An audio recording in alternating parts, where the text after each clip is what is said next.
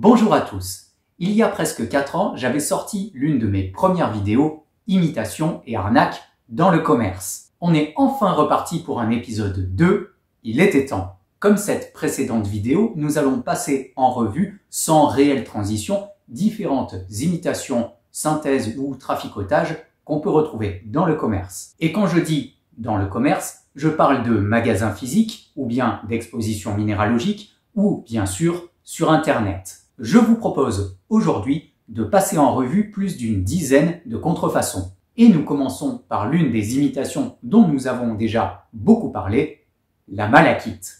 J'ai déjà évoqué plusieurs fois la contrefaçon de la malachite dans les journaux YouTube des minéraux, mais vous commencez à me connaître, j'aime bien en remettre une petite couche. Car malheureusement, on en voit encore et pas mal de gens se font encore avoir. Prenons, pour commencer, la malachite naturelle taillée. Les courbes sont douces et tous les tons sont dans les verts. Un joli dégradé de vert tendrement emmêlé. Oh, c'est poétique. Vous voyez qu'à part le vert, à moins qu'il y ait des traces d'azurite ou de chrysocole, il n'y a pas d'autres couleurs. Et même si parfois c'est très foncé, ça reste du vert foncé. Et maintenant, passons tout de suite à la pâte censée imiter la malachite. La plupart du temps, vous pouvez déjà voir des zonures noires, ce qui peut mettre déjà la puce à l'oreille. La séparation des couleurs sont franches et nettes, un peu comme une succession de couches de pâte à modeler. Oui, j'aime bien prendre cette image de pâte à modeler parce que ça me fait vraiment penser à ça, ou à de la pâte Fimo.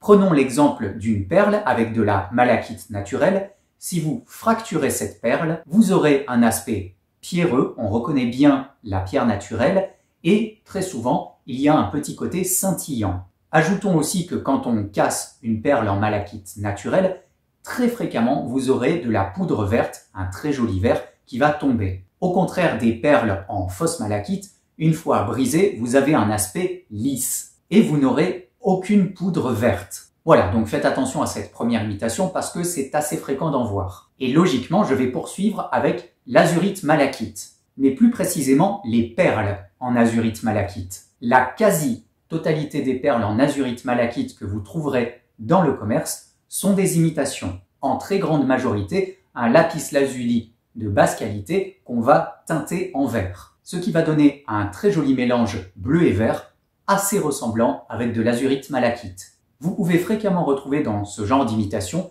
des petits grains brillants de pyrite qui sont très souvent dans le lapis lazuli. La teinture verte, au bout d'un moment, va s'en aller, par exemple au soleil. Quand je dis au bout d'un moment, c'est au bout de quelques mois, pour retomber sur un lapis lazuli de pas très bonne qualité. Donc si vous recherchez des perles en azurite malachite, partez du principe qu'il faut faire très attention. À titre personnel, je n'ai vu qu'une seule fois de la véritable azurite malachite en perles. Tout le reste était des imitations. Sans aucune transition, je vous avais prévenu, nous passons au branded agate. Alors, je trouve ça très joli et généralement les agates utilisées, qui sont naturelles, sont choisies pour leur qualité en matière de zonure. De belles strates bien formées et bien nettes. La couleur, en revanche, n'est pas naturelle. On va utiliser sur ces agates naturelles un mélange d'acide et de sucre que l'on va chauffer, ce qui va donner cette belle couleur orangée. Je trouve ça très joli, il n'y a pas de souci, mais c'est très rare que la manipulation soit signalée. La couleur, comme les fausses perles en azurite malachite, va s'estomper au bout d'un moment. Au bout de quelques mois, vous retomberez sur une agate blanche avec de jolies zonures gris-noir. Donc pour les reconnaître, faites déjà attention à ce nom branded agate et à ce type d'agate censé ressembler à des cornalines avec de belles zonures, de jolis dessins un peu crantés et puis normalement, il n'y aura pas de problème. Passons à une synthèse, nous allons parler du bismuth. Avant tout, le bismuth à l'état naturel existe. Il s'agit d'un métal très dense, mou et fragile. Mais là, nous allons parler de ce genre de bismuth que l'on trouve assez fréquemment dans le commerce, avec ses très élégantes formes en pyramide aztèque et ses couleurs chatoyantes. En fait, il s'agit de bismuth naturel, mais recristallisé. Et rien de plus facile. Il suffit d'acheter un lingot de bismuth, de le faire fondre, et c'est assez simple parce qu'une simple flamme suffit à faire fondre ce métal. Et une fois que le métal en fusion dans un récipient refroidit lentement, il va recristalliser sous cette forme. Et une jolie variation de couleur apparaît en fonction de la rapidité du refroidissement. Cette recristallisation est assez chère quand on la voit dans le commerce, et c'est bien normal parce que le prix du lingot de bismuth est déjà relativement cher, environ 60 € le kilo. Et vu que c'est un métal très dense, 1 kilo ne représente pas beaucoup de matière. Il faut environ 10 kg pour commencer à faire de jolies cristallisations. Continuons avec une autre synthèse bien connue, la chalcantite. Pareil, la chalcantite naturelle existe. Elle possède une très belle couleur bleue avec des fibres soyeuses. C'est quand même important de le signaler, même si on en voit beaucoup moins, voilà, ça existe et je trouve ça très beau. En revanche, ce qu'on voit beaucoup plus souvent, c'est ce genre de cristallisation. Une recristallisation de synthèse avec des cristaux bien formés, très généralement de bonne taille, et des formes cristallines bien loin des fibres élégantes que nous avons vues tout à l'heure. Et puis alors, niveau bleu, c'est un bleu soutenu, hein. Il s'agit tout bonnement de sulfate de cuivre recristallisé que vous pouvez très bien refaire chez vous. Mais ça sera pour une prochaine vidéo. Encore une autre synthèse, l'alunite ou aluminite. Encore une fois, l'alunite naturelle existe. Un minéral à base de potassium et d'aluminium avec des cristaux incolores ou une couleur assez pâle. Les cristaux d'alunite naturelle ne dépassent que rarement le centimètre. C'est important de retenir ces données, car vous pouvez retrouver des alunites ou aluminites sur Internet par exemple, avec des cristaux beaucoup plus colorés et des cristaux d'assez bonne taille. Ces alunites sont des synthèses faites en laboratoire, entièrement créées par l'homme. On peut les retrouver en cristaux seuls ou bien en cristaux sur gangue. Les deux sont possibles. Une cristallisation en octaèdre, repérer les pointes à 4 faces et surtout ces couleurs intenses. La plupart du temps, on va les trouver en violet foncé ou en bleu. Mais toutes les couleurs sont possibles. C'est une synthèse, il suffit de rajouter des colorants. Bref, toutes les couleurs sont possibles. Gardez un œil vigilant du coup quand vous voyez ce nom alunite ou aluminite. Et pour ne pas changer, encore une synthèse, la carborandite ou carbure de silicium. Toujours pour rester sur notre bon petit chemin, la carborandite à l'état naturel existe, mais en très petite quantité. On l'appelle alors moissanite.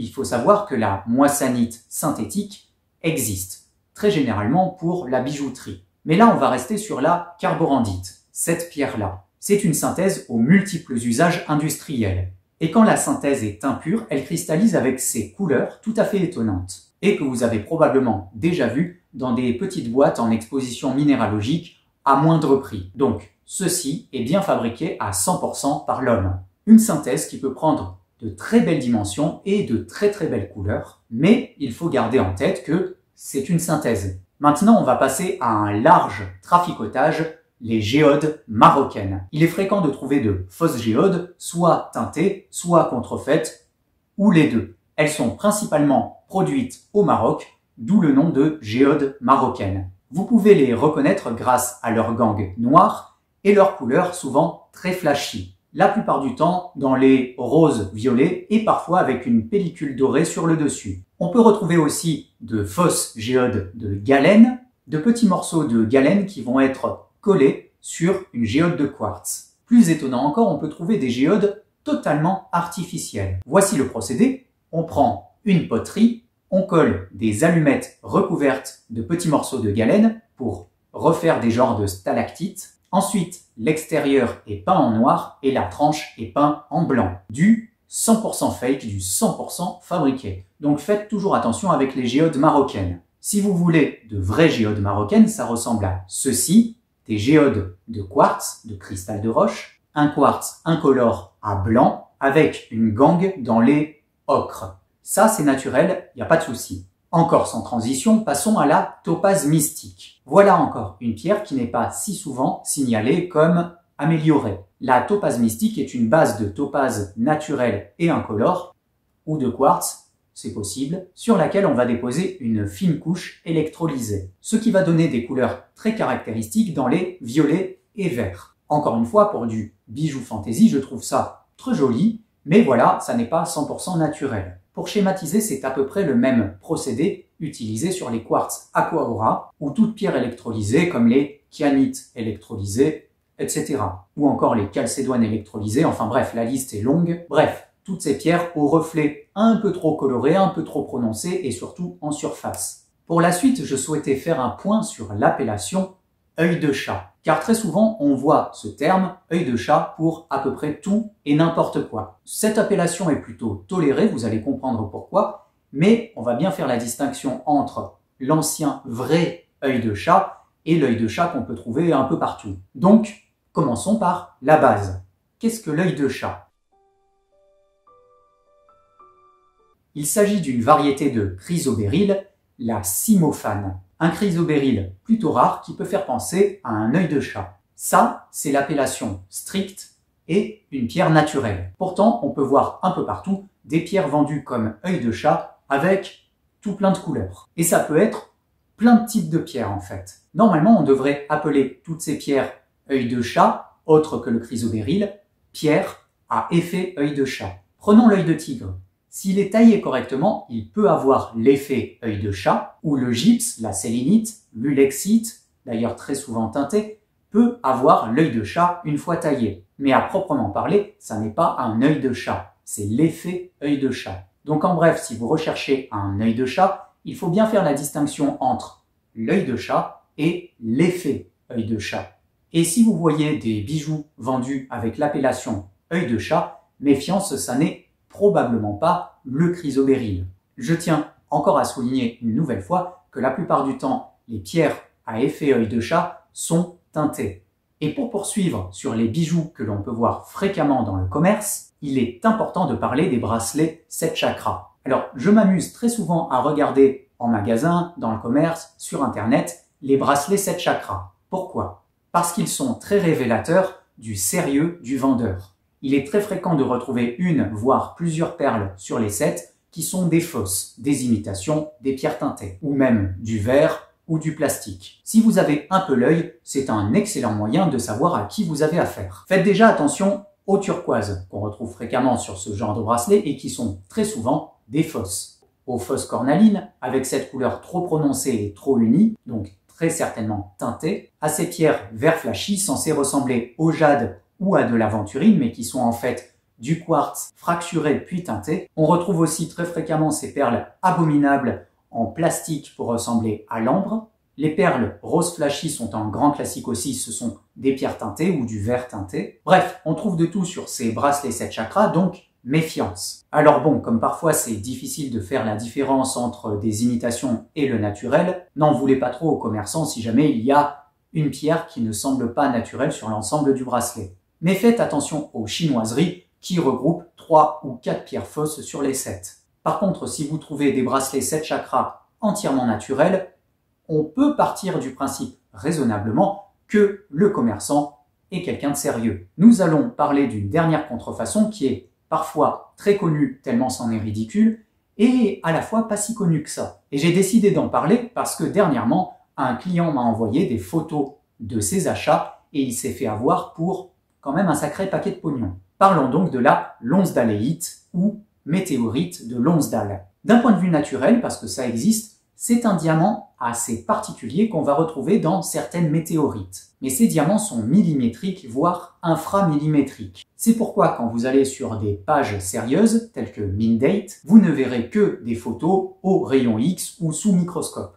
Et le problème, c'est que vous avez très peu de chances de tomber sur de vrais lonsdaléites. Et il existe une contrefaçon, comme toutes les pierres chères ou rares. Et d'ailleurs, si vous tapez lonsdaléite sur Google Images, la quasi-totalité des photos que vous aurez sont des fausses lonsdaléites. Ces boules blanches, on dirait des œufs, ça ressemble à rien, sont des oxydes d'aluminium entièrement fabriqués par l'homme. Ces boules sont utilisées à des fins industrielles, mais voilà, ça sert aussi cette arnaque. Ne vous faites pas avoir. Ça arrive plus fréquemment que vous ne le pensez. Des gens qui pensent faire une bonne affaire en investissant de l'argent dans des diamants de Lonsdale. Oui, parce qu'en plus, ces boules de merde, là, autant dire les mots, sont vendues ultra cher, donc c'est pas des petites arnaques, on parle pas des arnaques à 10 €. Voici quelques exemples de prix assez hallucinants qu'on peut trouver très facilement sur internet. Donc, parlons franchement, la lonsdaléite déjà n'a rien d'intéressant visuellement, je parle de la vraie lonsdaléite, et ça ne sert à rien de vouloir investir là-dedans, vous risquez très probablement de vous faire avoir. Donc tout simplement, je vous conseille de laisser tomber la lonsdaléite. Au moins,